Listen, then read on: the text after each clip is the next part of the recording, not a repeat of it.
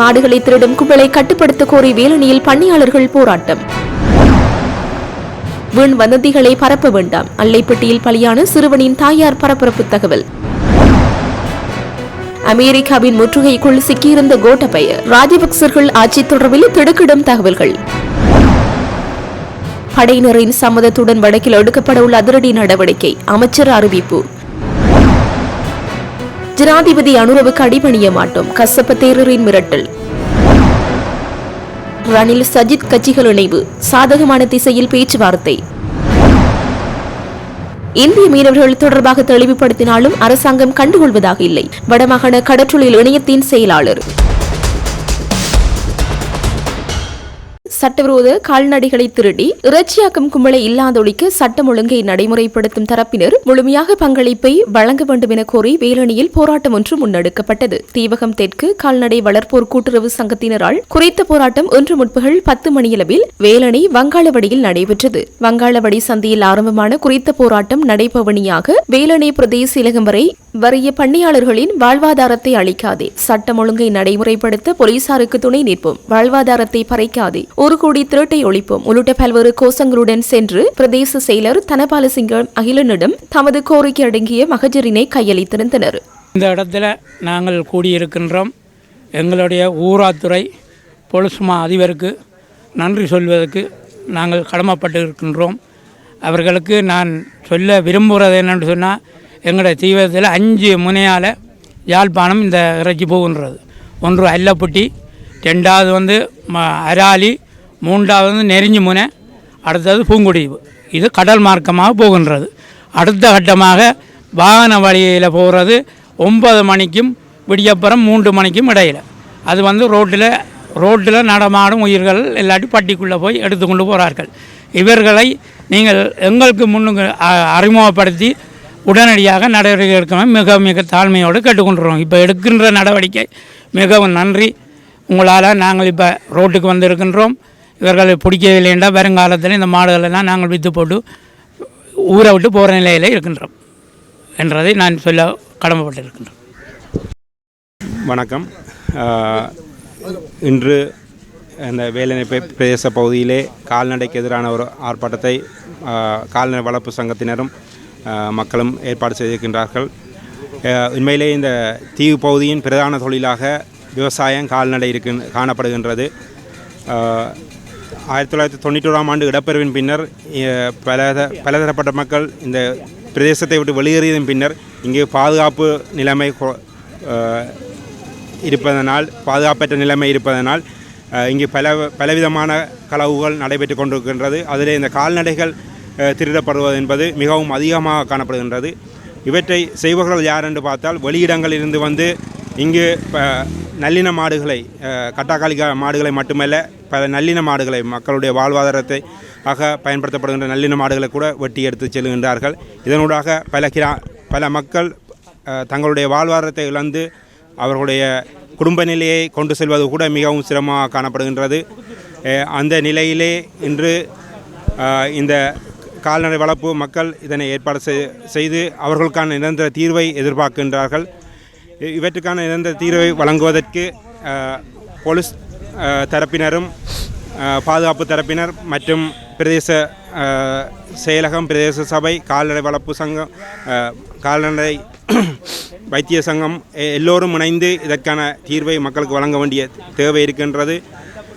அன்னளவாக தீவு பகுதியிலே இந்த 91ஆம் ஆண்டு இடப்பெயர்வுக்கு பின்னர் கட்டாக்காளி மாடுகள் பெருகி 40,000க்கும் மேற்பட்ட கட்டாக்காளி மாடுகள் காணப்பட்ட நிலையில் தற்பொழுது பார்த்தோம் என்று சொன்னால் 6,000க்கு உட்பட்ட மாடுகள் தான் காணப்படுகின்றது. அவ்வளவு அளவு மாடுகள் இங்கு இறைச்சிக்காக வெட்டப்பட்டு இருக்கின்றதான் மிகவும் கவலைக்குரிய விடயமாக இருக்கின்றது.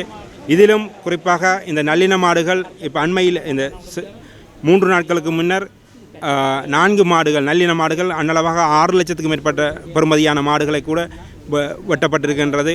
இவற்றை இங்கிருக்கின்ற ஒரு சில திருடர்களும் இணைந்து ஏனைய பகுதியில் இருந்து வருகின்ற, குறிப்பாக இந்த யாழ் பிராந்தியத்தின் ஏனைய பகுதியிலிருந்து வருகிறவர்களுக்கு உடந்தையாக இருந்து செயற்படுகிறார்கள். இவற்றை உடனடியாக நிறுத்துவதற்கு இந்த போலீஸ் தரப்பினர் சிவிலில் இரவு ரோந்து பணியில் ஈடுபட வேண்டும். அதே போன்று மண்டதீவு சோதனைச்சாவடியை நிரந்தரமாக்கி அதேபோன்று புங்குடுதீவில் காணப்படுகின்ற மடத்தோழி சோதனைச்சாவடியை நிரந்தரமாக்குவதூடாக பலதரப்பட்ட வாகனங்களை சோதனை செய்து ஊடாக இவற்றுக்கான ஒரு தீர்வை பெற முடியும் என்றும் கேட்டுக்கொள்கின்றோம். அதனோடு 3 நாட்களுக்கு முன்னர் இடம்பெற்ற இந்த வாகனத்தில் அதாவது மாடை ஏற்றிச் செல்வதற்காக வந்த வாகனமாகத்தான் கூறப்படுகின்றது. இதுக்கு முன்னரும் இந்த வாகனம் இந்த பகுதியிலே வந்து மாடுகளை ஏற்றிச் சென்றிருக்கிறதாகவும் மக்கள் கூறுகின்றார்கள். அதற்கு போலீசார் எடுத்த நடவடிக்கை பாரதூரமாக இருந்தாலும் இந்த திருடர்களுக்கு ஒரு பாடமாக இருக்க வேண்டும் என்ற அடிப்படையிலே இதற்கான ஒரு அச்சுறுத்தலான ஒரு விடயமாக அவர்களுக்கான அச்சுறுத்தலாகவும் இருக்கும் என்று கேட்டுக்கொள்வதோடு இனியும் இவ்வாறான நல்லின மாடுகளையும் இந்த கட்டாக்கள் வெட்டி இறைச்சிக்காக வெட்டுவதை நிறுத்த வேண்டும். அதேபோன்று தீவ பகுதியிலே இந்த இறைச்சிக்காக வெட்டப்படுவ மாடுகளை இன்னும் குறைப்பதற்காக இங்கு மாடும் வெட்டும் கொள்கலனை கொண்டு வர வேண்டிய ஒரு தேவை இருக்கின்றது. அதிகமாக இந்து மக்கள் வசிக்கின்ற பகுதியாக இருப்பதால் இங்கு பல எதிர்ப்புகள் இருக்கின்றது. நாங்களும் அதை எதிர்த்து கொண்டு தான் வந்திருந்தோம். ஆனால் தற்பொழுது வெட்டப்படுகின்ற மாடுகள் தீவு பகுதி அனலாக பார்த்தா ஒரு நாளைக்கு 10க்கும் மேற்பட்ட மாடுகள் வெட்டப்படுகின்றன. எனவே அவற்றை குறைப்பது என்று சொன்னால் இங்கு மாட்டிறைச்சி அல்லது சாப்பிடுபவர்களுக்கான ஒரு கொள்கலன் இங்கு மாடு வெட்டும் ஒரு கொள்கலன் காணப்படும் என்பதற்காக ஒரு தீர்வை பெற முடியும் என்று கேட்டுக்கொள்கிறேன். அதுக்குரிய ஒரு பாதுகாப்போடு அந்த கொள்கலன் முறையும் கொண்டு வரும் என்று கேட்டுக்கொள்கின்றேன்.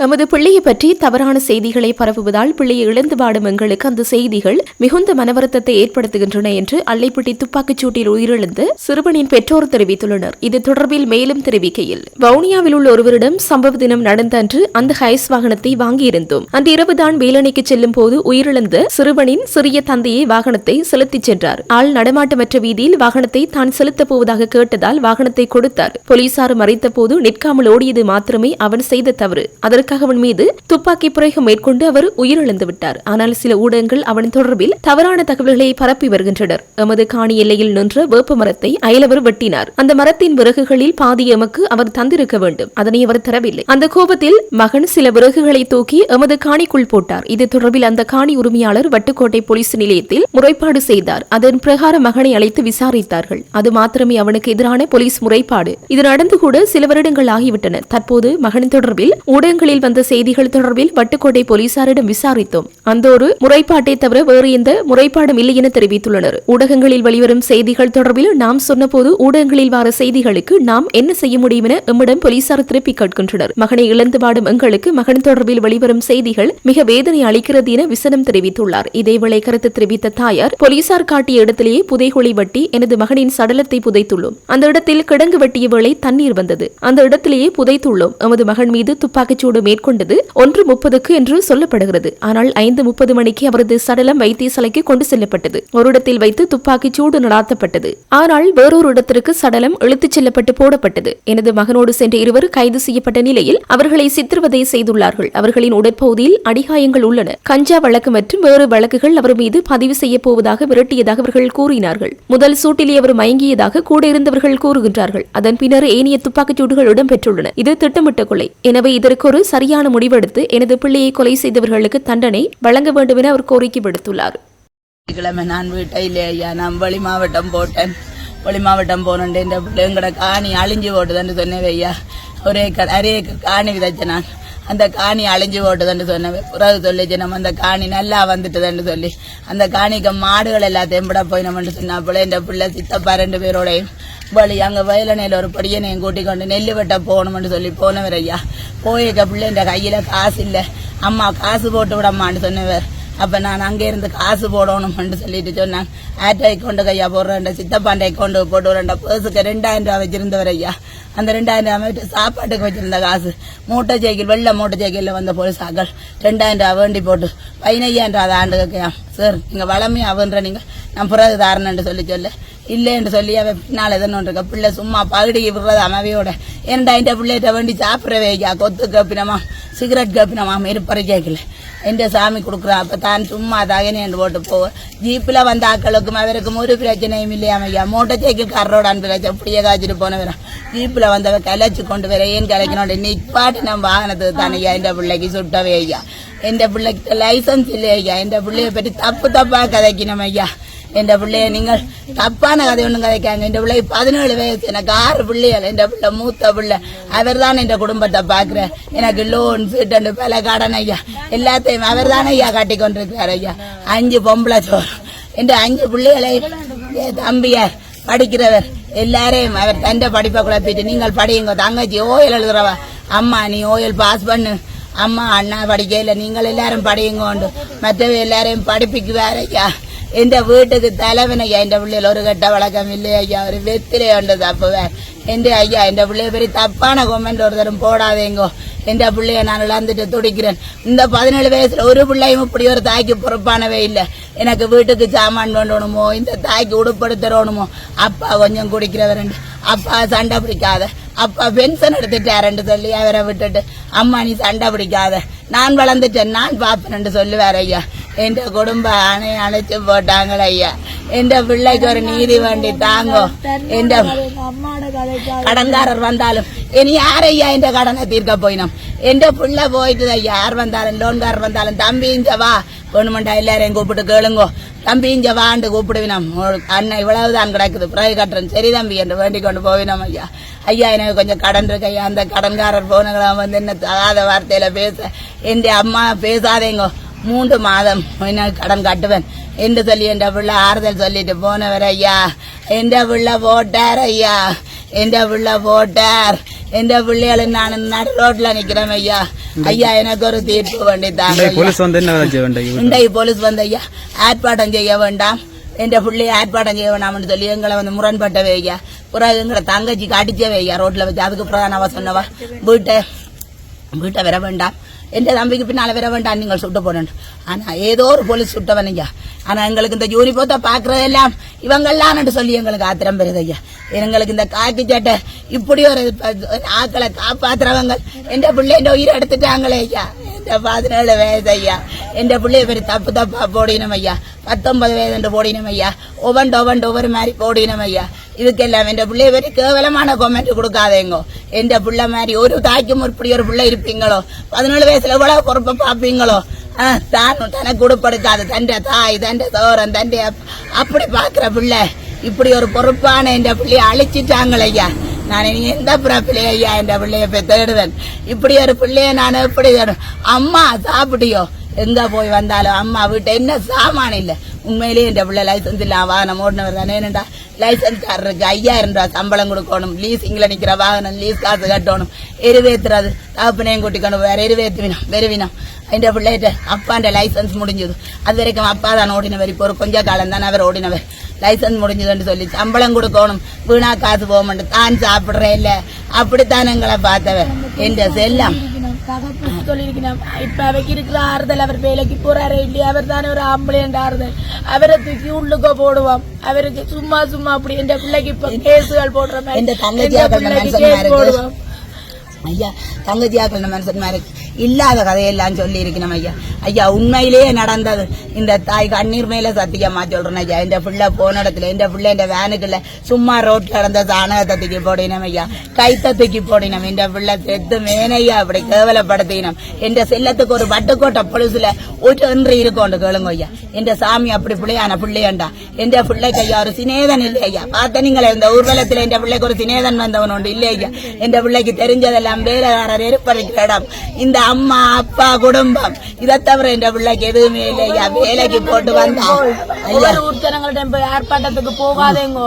என்ன போனீங்கன்னு சொன்னா புனேல வந்து 2 பேரையும் தூக்கி உள்ளுக்குள்ள போடுவோம் கொள்ளுவோம். எல்லாரையும் விரட்டி வச்சிருக்கணும். வீட்டை வந்த ஐயா என்ன ஆர்ப்பாட்டம் செய்ய வேண்டாம், பிள்ளைய நீங்கள் கொண்டே தானம் செய்யுங்க. அவ சொன்னடத்தான ஐயா வெட்டியும் இருக்கிறோம் ஐயா. அந்த கிடாங்க என் பிள்ளைய தண்ணிக்கெல்லாம் போட்டு கிடாங்க ஐயா. அதை விட இந்த பிள்ளைய சுட்டது ஐயா 1:30 ஹாஸ்பிட்டலுக்கு கொண்டு வந்தது 5:30. அவ்வளவு நேரமே ஐயா வச்சிருக்கணும். என் பிள்ளைய அவ்வளவு நேரமே வச்சிருக்கணும். அந்த கேள்வியை கேளுங்க. என் பிள்ளைய மது போதை என்று சொல்லினோம் ஐயா. அப்படி எல்லாம் இல்லையா ஐயா. என் பிள்ளை இந்த தாய்க்கு தெரியாதோ ஒரு கெட்ட பிள்ளை என்று சொன்னா இந்த தாய் வள வேதனைப்படுவாள். எங்களுக்கு ஒருத்தரும் சொல்ல இல்லை ஐயா. எங்களுக்கு ஒருத்தரும் சொல்ல இல்லை ஐயா. ஐயா என் பிள்ளை இந்த சாவுக்கு ஜனாதிபதி ஐயா ஒரு தீர்வு கிடைக்கணும். எனக்கு இதை தவிர சொல்ல வேற என்ன ஐயா கிடக்குது? என் குடும்பத்துக்கு ஒரு நல்ல நீதி வேண்டி தாங்கோ. என்ற பாக்குற என்ன பிள்ளை என்ற தலை பிள்ளை எடுத்துட்டோம். என்ற குடும்பம் இப்படியே சீர்குலைஞ்சு போகுது. என்ற குடும்பத்துக்கு ஒரு நல்ல தீர்ப்பு வேண்டித்தாங்க ஜனாதிபதி ஐயா. என்ற பிள்ளையை சுட்டவனை தூக்குல போடுங்க. இந்த தாய்மாரி வேறு ஒரு தாயும் கவலைப்பட வேண்டாம். புனையில வந்து என்ன சொல்லிருக்கணும்? புனையில வந்து அடிச்சு அப்படி சொல்லு இப்படி சொல்லுன்னு சொல்லித்தானே ஐயா சொல்லி இருக்கிறோம். அவன் உடம்பெல்லாம் காயம் ஐயா. புனையில வந்து ஆக்களுக்கு அவன் என்ன கஞ்சா கேஸ் போடுவோம், ஏதோ அந்த கேஸ் போடுவோம், இந்த கேஸ் போடுகிறோம். என்னையா இது வாழ்க்கை, என்ன இது நீதி? அது காசு போயிடுமாண்டு சாப்பிட மாட்டாரு ஐயா. விடவளப்பட்டு கொண்டு போயிருக்கிறான். ஊசி மூலமா இந்த பிள்ளைய தீர்ந்தா தெரியவோ போகுது. பால் வச்சிருக்கணும், சாணம் போட்டிருக்கணும். அதே மாதிரி இந்த பிள்ளைய ஊசியால ஏத்தினா தெரியவோ போகுது. ஐயா எங்கட பிள்ளைக்கு இப்படி கிட்ட வழக்கம் ஒண்ணும் இல்லையா ஐயா. என் குடும்ப தலைவன் ஐயா. என் பிள்ளைகளுக்காக அப்பா மாதிரி ஐயா. வேணுமாட்டா இந்த பிள்ளைகளை கூப்பிடுங்க. அம்மாஜி வாங்க அனுஷ்கா டான்ஸே. கோட்டபய ராஜபக்ச ஜனாதிபதியாக பதவியேற்ற நாள் முதல் அவரது செயற்பாடுகளை அமெரிக்க புலனாய்வுத்துறையினர் அவதானித்து வந்ததாக தன்னிடம் குறிப்பிட்டார் என்று அசங்க அபயகுணசேகர தெரிவித்துள்ளார். அசங்க அபயகுணசேகர பூகோளவியல், அரசியல், சர்வதேச பாதுகாப்பு ஆய்வாளர், வருகை தரும் விரிவுரையாளர், ஆசிரியர் மற்றும் கட்டுரையாளர் ஆகும். முன்னாள் அரசியல்வாதி ஓசி அபயகுணசேகரவின் மகனாவர். அறகலைய போராட்டத்தின் போது மறைக்கப்பட்ட பல உண்மைகளை விண்ட்ஸ் ஆஃப் சேஞ்ச் என்ற ஆங்கில நாவலில் குறிப்பிட்டுள்ளார். அந்த நாவலில் ஈஸ்டர் தாக்குதலில் நாட்டில் ஏற்பட்ட வங்குரோத்து நிலை தொடர்பாகவும் பல திடுக்கிடும் கதைகளை எழுதியுள்ளார். அந்த நூலில் அறகலைய போராட்டம் தொடர்பில் பல முக்கிய விடயங்களை குறிப்பிட்டிருக்கின்றார். 2022ஆம் ஆண்டு கோட்டபய ராஜபக்ச பதவியிலிருந்து அனுப்புவதற்காக முன்னெடுக்கப்பட்ட செயற்பாட்டுக்கு அமெரிக்க புலனாய்வு பிரிவே ஆணையிட்டதாகவும் அதை அவர்களை இது இயக்கியுள்ளதாகவும் தெரிவித்துள்ளார். ஆனால் இதற்கு முன்னர் அறகலைய போராட்டம் தொடர்பில் 5 நூல்கள் எழுதப்பட்டுள்ளன. அதில் எதிலும் CIA தொடர்பிலும் எவ்வித கருத்துக்களும் தெரிவிக்கவில்லை. கோட்டபய எழுதிய நூலில் இது தொடர்பில் குறிப்பிடப்படவில்லை. அமெரிக்க CIA மற்றும் கோட்டபய தொடர்பில் தென்னிலங்கையிலிருந்து வெளிவரும் பிரபல சிங்கள ஆங்கில நாளேடுகளில் இது தொடர்பிலான தெளிவான கட்டுரைகள் வெளிவந்துள்ளன. ஆனால் அரசியல் அரங்கில் இது தொடர்பில் ஒன்றும் பேசப்படவில்லை. இவ்விடயம் தொடர்பில் கோட்டபயவிடம் வினவிய போதும் அவர் எவ்வித கருத்தும் தெரிவிக்கவில்லையாம். 2019ஆம் ஆண்டு கோட்டபய ஜனாதிபதியாக பதவியேற்ற நாளிலிருந்து இலங்கைக்கான அமெரிக்க தூதுவர் ஆலயத்தின் அதிகாரியொருவர் தனது செயற்பாடுகளை உன்னிப்பாக அவதானித்து வந்ததாகவும் நூலாசிரியர் குறிப்பிட்டுள்ளார். இலங்கை ஜனாதிபதி ஒருவர் அமெரிக்க புலனாய்வு பிரிவின் பிடியில் இருந்துள்ளமை அதிர்ச்சிக்குள்ளாக்கும் விடயமாகும். அசங்க அபயகுணசேகர மஹிந்த ராஜபக்ச மற்றும் மைத்ரிபால சிறிசேன ஆகியோருடன் அரசியல் நியமனங்களை பெற்றுக் கொண்டவர். மஹிந்த காலத்தில் லக்ஷ்மன் கதிர்காமர நிலையத்தின் தலைவர், நல்லாட்சி அரசாங்கத்தில் தேசிய பாதுகாப்பு கமிட்டியாகவும் பிரதானியாகவும் செயற்பட்டுள்ளார். வடமாகாணத்தில் படையினர் மற்றும் அரசின் கீழ் உள்ள மக்களின் காணிகளை தேவையின் அடிப்படையில் விடுவிக்க முடியும் என அமைச்சர் பிமல் ரத்நாயக்க தெரிவித்துள்ளார். படையினரின் சம்மதத்துடன் இதற்கான நடவடிக்கை எடுக்கப்படும் எனவும் அவர் சுட்டிக்காட்டியுள்ளார். இது தொடர்பில் அவர் மேலும் தெரிவிக்கையில், 60 மாதங்களாக பணியாற்றுவதற்காக எமது அரசாங்கம் அமைக்கப்பட்டுள்ளது. கடந்த காலங்களில் அரசாங்கங்கள் வழங்கிய நிதியை விடவும் பாதிக்கப்பட்ட மக்களுக்கு எமது அரசாங்கம் அதிக நிதியை வழங்கியுள்ளது. டித்வா சூறாவளியால் பாதிப்புற்ற மக்களுக்கான அதிகளவான நிவாரண உதவிகள் வழங்கப்பட்டுள்ளன. எமது அரசாங்கம் பணத்தினை மீதப்படுத்தியதாலேயே இந்த நிதியை வழங்க முடிந்தது. வறிய மக்களின் நிலைமை அறிந்து கொள்ளும் மனநிலையிலேயே எமது ஜனாதிபதி செயற்படுகிறார். டித்வா புயல் அழிவடைந்த வீடுகளுக்கு 50 லட்சம் ரூபாய் வழங்கப்படுவதை எங்களால் கூட நம்ப முடியாது இருந்தது. ஒரேயொரு வீடு உள்ளவர்களின் மனநிலைகளை எங்களால் புரிய முடிகின்றது. இவ்வாறானவர்களின் கஷ்டங்களை வவுனியாவில் ஒரு வீடு, கொழும்பில் ஒரு வீடு மற்றும் லண்டனில் ஒரு வீடு இருப்பவர்கள் அறிய போவதில்லை என சுட்டிக்காட்டியுள்ளார். இந்தியாவின் பலாத்காரங்கள் ஜனாதிபதி அனுர ஊடாக வந்தாலும் நாம் பயம் கொள்ளப் போவதில்லை. பயங்கர யுத்தத்தை வெற்றி கொண்ட ராணுவ வீரர்களின் பிராணவாயுவை சுவாசிக்கும் எங்களை யாராலும் அச்சுறுத்த முடியாது என பலாங்குட கசப்ப தேர தெரிவித்துள்ளார். அகில இலங்கை பௌத்த சம்மேளனத்தில் இன்று ஊடகவியலாளர் சந்திப்பு நடைபெற்றது. அதில் உரையாற்றும் போதே இதனை அறிவித்துள்ளார். தொடர்ந்து உரையாற்றியவர், ஜனாதிபதி என்பவர் இந்த நாட்டின் தற்காலிக பாதுகாவலர். அவருக்கு தெரிய வேண்டும், இந்த சிங்கள பௌத்த ராஜ்யத்தை எதிர்கால தலைமுறைக்கு பாதுகாத்து வழங்க வேண்டும் என. ஆனால் அரசியலமைப்பு சட்டத்தை மீறி பௌத்த பிக்குகள் தாக்கப்பட்டுள்ளனர். சிங்கள பௌத்த விரோத துரோகிகளான இந்த ஆட்சியாளர்களால் நாம் 29 நாட்கள் சிறையில் அடைக்கப்பட்டிருந்தோம். டில்வின் சில்வாவுக்கு இந்த கதை தெரியும். தொலைபேசி அழைப்பொன்றை எடுத்து இதை எப்படி தீர்த்துக் கொள்வோம் என்றார். ஆனால் நாங்கள் போராட்டத்தை காட்டிக் கொடுக்கவில்லை. ஜனாதிபதி அனுரகுமார திசாநாயக்க இந்தியாவுடன் 7 ஒப்பந்தங்களில் கைச்சாத்திட்டுள்ளார். இந்தியாவின் போர்ட் சிட்டி ஒன்றை அமைக்கவே ஜனாதிபதி அனுர முயற்சிக்கின்றார். அமைச்சர் சுனில் வட்டகல கடித தலைப்பொன்றை எடுத்துக்கொண்டு ஜனாதிபதி செயலகத்திற்கு வருமாறு குறிப்பிட்டார். ஏனென்றால் இந்த காணியை இந்தியாவுக்கு வழங்கி அதில் ஹோட்டல் ஒன்றை அமைக்கவே திட்டமிட்டுள்ளனர் என குறிப்பிட்டுள்ளார். ஐக்கிய தேசிய கட்சியும் ஐக்கிய மக்கள் சக்தியும் ஒன்றிணைவதன் மூலம் நாட்டில் வலுவானதொரு கூட்டு எதிரணியை கட்டியெழுப்ப முடியும் என ஐக்கிய தேசிய கட்சியின் பிரதி தலைவரும் முன்னாள் அமைச்சருமான ருவான் விஜயவர்தன தெரிவித்துள்ளார். இரு கட்சிகளையும் ஒன்றிணைக்கும் முயற்சிகள் குறித்து ஊடகங்களிடம் கருத்து தெரிவிக்கையிலே அவர் மேற்கண்டவாறு குறிப்பிட்டுள்ளார். இது தொடர்பாக அவர் மேலும் தெரிவிக்கையில், ஐக்கிய மக்கள் சக்தியின் தலைவரான எதிர்க்கட்சித் தலைவர் சஜித் பிரேமதாசுடன் தற்போது பேச்சுக்கள் முன்னெடுக்கப்பட்டு வருகின்றன. இந்த பேச்சுக்கள் மிகவும் சாதகமான திசையை நோக்கி நகர்கின்றன. இதிலிருந்து சிறந்ததொரு முடிவை எதிர்பார்க்கின்றோம். கட்சியின் அடிமட்ட நிலவரம் குறித்து குறிப்பிட்டவர், கிராம மட்டங்களில் பிளவுபட்டிருந்த கட்சி ஆதரவாளர்கள் தற்போது தாமாகவே ஒன்றிணைந்து வருகின்றனர். தலைவர்களும் அதேபோல் பேதங்களை மறந்து ஒன்றிணைய வேண்டும் என்பதை அவர்களின் கோரிக்கையாக உள்ளது. எனவே அடுத்து வரும் தேர்தல்களை எதிர்கொள்வதற்கு ஐக்கிய மக்கள் சக்தியும் ஐக்கிய தேசிய கட்சியும் கைகோர்ப்பதற்கான சூழல் கனிந்துள்ளது. நாம் இரு தரப்பும் இணைந்த பின்னர் ஏனைய ஒத்த கருத்துக்களுடைய தரப்புகளையும் உள்வாங்கி ஒரு பலமான பொது எதிரணியை கட்டியெழுப்ப முடியும். அதுவே தற்போதைய அரசியல் சூழலுக்கு அவசியமானது. நீண்ட காலமாக பிரிந்திருக்கும் இவ்விரு பிரதான கட்சிகளும் மீண்டும் இணைவது தொடர்பான பேச்சுக்கள் அரசியல் களத்தில் பெரும் எதிர்பார்ப்பை தோற்றுவித்துள்ளன என்றும் அவர் வலியுறுத்தியுள்ளார். நாட்டில் ஏற்பட்ட டித்வா புயலுக்கு பின்னர் இந்திய மீனவர்களின் அத்துமீறிய வருகை ஓரளவு கட்டுப்பாட்டுக்குள் வரும் என எதிர்பார்த்த நிலையில் புயல் பின்னர் அவர்களின் வருகை அதிகரித்த நிலையில் காணப்படுகின்றது என வடமாகாண கடற்றொழில் இணையத்தின் செயலாளர் என்.எம். ஆலம் தெரிவித்துள்ளார். மன்னாரில் உள்ள அலுவலகத்தில் இன்று இடம்பெற்ற ஊடக சந்திப்பின் போது அவர் இதனை தெரிவித்தார். அவர் மேலும் தெரிவிக்கையில், டிட்வா புயலுக்கு முன்னர் ஓரளவு கட்டுப்பாட்டுக்குள் வரும் என்று எதிர்பார்த்த நிலையில் இன்று அந்த புயலின் பின்னரான காலத்தை நாங்கள் எடுத்துக்கொண்டால் அவர்களின் வருகை மிதமிஞ்சியதாக இருக்கின்றது. அரசாங்கமும் இதை கட்டுப்படுத்தாமல் கண்டுகொள்ளாமல் இருக்கின்றது. உண்மையிலேயே அரசாங்கம் இந்த தொழிலை அவர்கள் இந்திய மீனவர் வருகையை ஊக்குவிக்கின்றதா என்று கூட நாங்கள் சந்தேகப்படக்கூடிய நிலையில் வந்திருக்கின்றது. ஏனெனில் அதற்கு முன்னர் கைது செய்யப்பட்டதையும் டிட்வா புயலுக்கு பின்னர் இன்று 3 மாதங்களை கடந்திருக்கின்ற நிலையில் இந்த கைதுகளை நாங்கள் ஒப்பிடும்போது அரசாங்கம்தான் இதில் அசம்பந்தமாக இருக்கின்றது. கடற்படை இதில் எந்த விதமான தலையீடும் இல்லாமல் தங்களுக்கு இடப்படும் கட்டளைகளை மாத்திரம் செயற்படுகின்றார்கள்.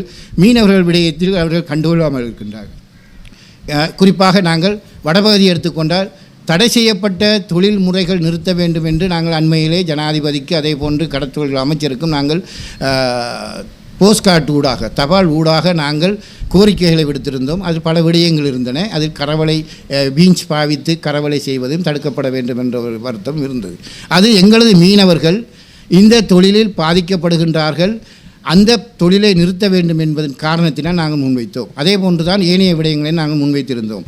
ஒரு 1000க்கு உட்பட்ட கரவலைகளே இலங்கையில் இருப்பதாகவும் அது பதிவு செய்யப்பட்ட 900 வரையிலான கரவலைகள் தான் அரசாங்கத்தால் பதிவு செய்யப்பட்டிருப்பதாக அரசாங்கம் கூறுகிறது. அதில் 200க்கு உட்பட்ட அளவில் தான் இந்த வீஞ்ச் பாவித்து டெக்டர் பாவித்து கரவலையை இழுக்கலாம் என்று அனுமதி அளிக்கப்பட்டதாகவும் சொல்வது. இதெல்லாம் 2015க்கு பின்னர், குறிப்பாக 2015க்கு பின்னர் உள்ள காலத்தில் நடைபெற்ற விடயங்களாகும்.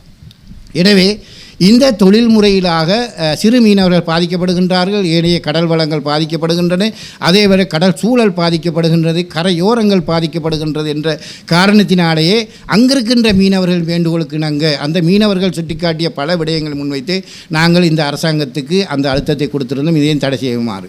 ஆனால் அந்த விடயத்தில் ஒத்ததாக பல தொழில் முறைகளை நாங்கள் கோரியிருந்தோம். குறிப்பாக உள்ளூர் இழுவைப்படகுகளாக இருக்கட்டும், டைனமைட்டாக இருக்கட்டும், சுருக்கு வலைகளாக இருக்கட்டும், ஏனைய தொழில் முறைகளையும் நாங்கள் சுட்டிக்காட்டித்தான் இருந்தோம். ஆனால் மீனவர்கள் மத்தியிலே ஒரு பிளவை ஏற்படுத்தக்கூடிய கிராம மட்டங்களுக்கு இடையிலே எங்களுக்கும் மீனவருக்கும் உள்ள உறவை துண்டிக்க அல்லது அவர்களை மோது விரோதத்தை பாராட்டக்கூடிய வகையிலே அரசாங்கம் இந்த தொழிலை மட்டும் நிறுத்துவதற்கு முடிவெடுத்து அதை நிறுத்தியும் இருக்கின்றது. ஆனால் நிறுத்தப்பட்ட தொழிலுக்கான அந்த எண்ணிக்கையை நாங்கள் ஒப்பிடும்போது சிறு தொகையிலான மீனவர்கள் இன்று போராட்டத்தில் இறங்கியிருக்கின்றார்கள், அவர்களின் தொழிலுள்ள பாதிப்பை சுட்டிக்காட்டி. ஆனால் அரசாங்கம் தடையென்று நியமித்த விடயம் இன்று வரை நடைபெற்று கொண்டு தான் இருக்கின்றது. குறிப்பாக மன்னார் மாவட்டத்திலே தாராளமாக நடைபெறுகின்றது, அதே போல் யாழ் மாவட்டத்திலும் தாராளமாக நடைபெறுகின்றது. எனவே இந்த ஒரு தொழிலை நிறுத்துவதாக இருந்தால் ஏனைய தொழில்களுக்கு என்ன செய்ய போகின்ற என்ற கேள்வியும் மீனவர் மத்தியில் எழும்புகின்றது. ஏனைய தடை செய்யப்பட்ட இலங்கை அரசாங்கத்தினாலே வர்த்தமானி ஊடாக சட்டத்தினூடாக தடுக்கப்பட்ட ஏனைய தொழில் முறைகள் நடைபெற்று கொண்டு தான் இருக்கின்றன. குறிப்பாக நாங்கள் டைனமைட் தொழிலை எடுத்துக்கொண்டால் அது தடை செய்யப்பட்டு நீண்ட காலமாக அதுக்குரிய தண்டனைகளும் விதிக்கப்பட்டு பறிமுதலும் செய்யப்படுகின்றன. ஆனால் ஓரிரு மீனவர்கள் செய்கின்றார்கள். அந்த மீனவர்களை கூட இந்த அரசாங்கம் கட்டுப்படுத்தக்கூடியதாக இல்லை. கடற்படை எடுத்துக்கொண்டால் கிராமங்களிலே கூட்டங்களை வைத்து மீனவர்களுக்கு தெளிவுபடுத்துகின்றோம் என்ற கருத்தை முன்வைத்து கூட்டங்களை நடத்துகின்றார்கள். ஆனால் அந்த கூட்டத்தில் அழைக்கப்படுகின்ற மீனவர்களுக்கு சிங்களம் தெரியாது, கடற்படைக்கு தமிழ் தெரியாது. அங்கு மொழிபெயர்ப்பாளர்களும் போதிய அளவில் இல்லாதபடியால் அந்த கடற்படை சொல்லுகின்ற விடயங்களை மீனவருக்கு தெளிவுபடுத்தக்கூடிய எந்த செயற்பாடும் அங்கு காணப்படவில்லை. அவர்கள் ஒன்றை கூறுகின்றார்கள், மீனவர்கள் ஒன்றை கூறுகின்றார்கள், ஏதோ கூட்டம் நடைபெறுகிறது, அது முடிவடைகின்றது. ஆனால் அவர்கள் சொல்ல வருகின்ற விடயம் உண்மையிலேயே அந்த கூட்டம் நடத்துகின்ற கடற்படையினருக்கும் போதிய கடற்தொழில் சம்பந்தமாக அல்லது தடை செய்யப்பட்ட மீன்பிடி முறைகள் தொடர்பாக போதிய அறிவில்லாதை நாங்கள் பார்க்கின்றோம். உண்மையிலேயே மீனவர்கள் எல்லா தொழிலும் செய்கின்றார்கள், தடை செய்யப்பட்ட தொழில்களை செய்கின்றார்கள், தடை இல்லாத தொழில்களையும் செய்கின்றார்கள். இன்று நாங்கள் மாவட்டத்தில் எடுத்துக்கொண்டால் சாதாரணமாக சிறு தொழில் செய்கின்றவர்கள், அரசாங்கத்துக்கு உட்பட்ட கட்டுப்பட்ட தொழிலை செய்கின்றவர்கள் சிறிய அளவிலும், தடை செய்யப்பட்ட தொழில்களை செய்கின்றவர்கள் பெரிய அளவிலும் காணப்படுகின்றார்கள். இது வளர்ந்து விட்டது. எனவே இதை கட்டுப்படுத்துவது என்பது பெரிய சிக்கலான விடயமாக ஆக்கி கொண்டு போகின்றது. இதெல்லாம் நாங்கள் ஆரம்பத்திலே இருந்தே 2004 2010 இந்த விடயத்தை தான் நாங்கள் சுட்டிக்காட்டி வருகின்றோம். நீங்கள் தடுங்கள், சட்டவிரோத மீன்பிடி முறைகளை நிறுத்துங்கள், அல்லது பட்சத்திலே இன்று அதை நான் சொல்கின்றேன், கரவலை தொழிலை 1000 பேர் கொண்ட தொழிலை கூட கட்டுப்படுத்த தடுமாறுகின்ற அரசாங்கம் ஏனைய தடை செய்யப்பட்ட தொழில்களை எவ்வாறு நிறுத்தப் போகின்றது? இதற்கு அப்பால் இந்திய மீனவர் விடயத்திலே என்ன நடவடிக்கை எடுக்கப் போகின்றது?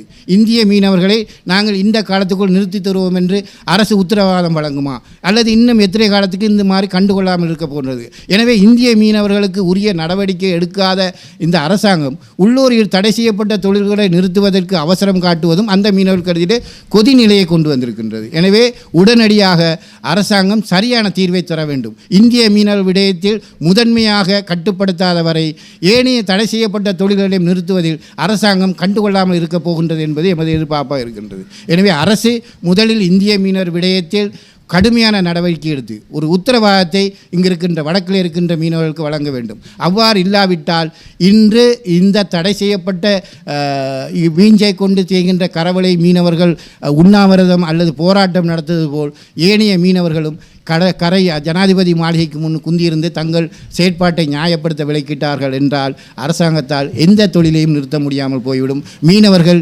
தங்கள் ஆதங்கங்களை மாத்திரம் வீட்டிலிருந்து தெரிவிக்க வகையிலும் சட்டத்துக்கு புறம்பானவர்கள் போராட்ட வாயிலாக தங்கள் காரியங்களை சாய்த்துக்கொள்ள அல்லது தங்களது நியாயத்தை பெற்றுக்கொள்ள அல்லது தங்களுக்கான தீர்வை பெற்றுக்கொள்ள முயற்சி எடுத்து அதை தீர்வையும் பெற்று விடுவார்கள் என்பது மாத்திரம் எனது தாழ்மையான கருத்தாக இது பதிவிடுகின்றேன்.